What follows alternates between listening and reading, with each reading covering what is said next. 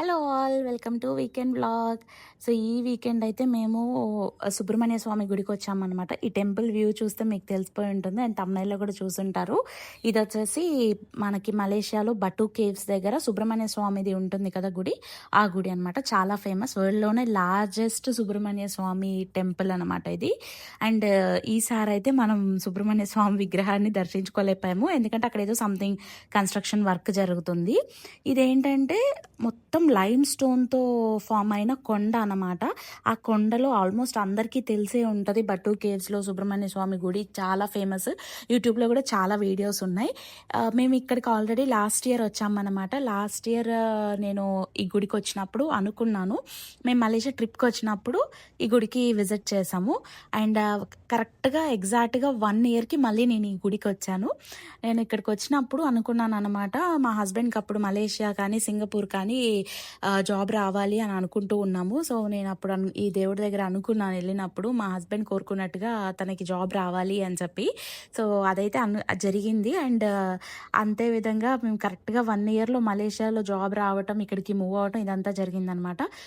కొంచెం famous God అని మేమైతే ట్రస్ట్ చేస్తాము. సుబ్రహ్మణ్య స్వామి అంటే చాలామందికి నమ్మకం ఉంటుంది కదా.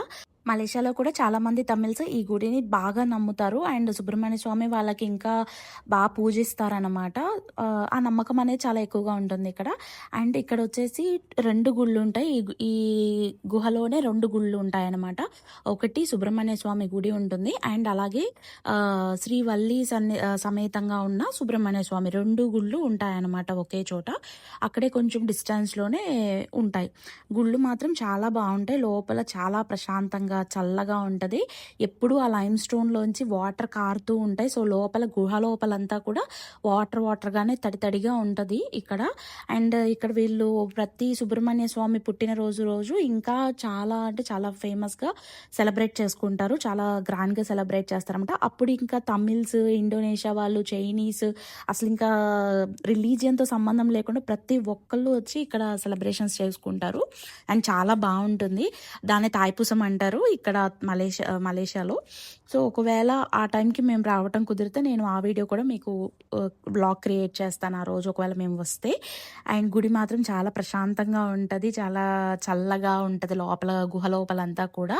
అండ్ కింద వచ్చేసి ఇక్కడ మనకి 142 అడుగులతోటి సుబ్రహ్మణ్య స్వామిని నిర్మించారనమాట. ఇది వచ్చేసి వరల్డ్లోనే లార్జెస్ట్ ఉన్న సుబ్రహ్మణ్య స్వామి విగ్రహాలలో ఇదే లార్జెస్ట్ విగ్రహం అనమాట వరల్డ్లోనే. చాలా అంటే చాలా బాగుంటుంది. అండ్ ఇలా కిందకి వచ్చేసిన తర్వాత ఫారినర్స్ అక్కడ ఆ కొండని, ఆ విగ్రహాన్ని ఫారినర్స్ వచ్చేసి ఇక్కడ కూర్చొని వాళ్ళు పెయింటింగ్ చేస్తున్నారు. చాలా మంచిగా అనిపించింది. అండ్ పెయింటింగ్ కూడా డిఫరెంట్ టైప్స్ ఆఫ్ పెయింటింగ్స్ చేస్తున్నారు, చాలా బాగుంది. కొండలో ఉన్న గుడి దగ్గరికి వెళ్ళడానికి మనకి ఆల్మోస్ట్ 270 మెట్లు దాకా ఉంటాయన్నమాట. ఆ మెట్లన్నీ కూడా మీరు అక్కడ చూస్తే కలర్ఫుల్గా ఉంటాయి, కలర్స్ తోటి. అవి సుబ్రహ్మణ్య స్వామి వాహనం నెమలి కాబట్టి నెమలి రంగులతోటి వేశారనమాట. అండ్ అక్కడే కిందకు వచ్చేసిన తర్వాత మనకు ఒక ఆర్ట్ గ్యాలరీ, దర్శనం కూడా చాలా ప్రశాంతంగా జరిగింది. Stay tune and subscribe for more videos.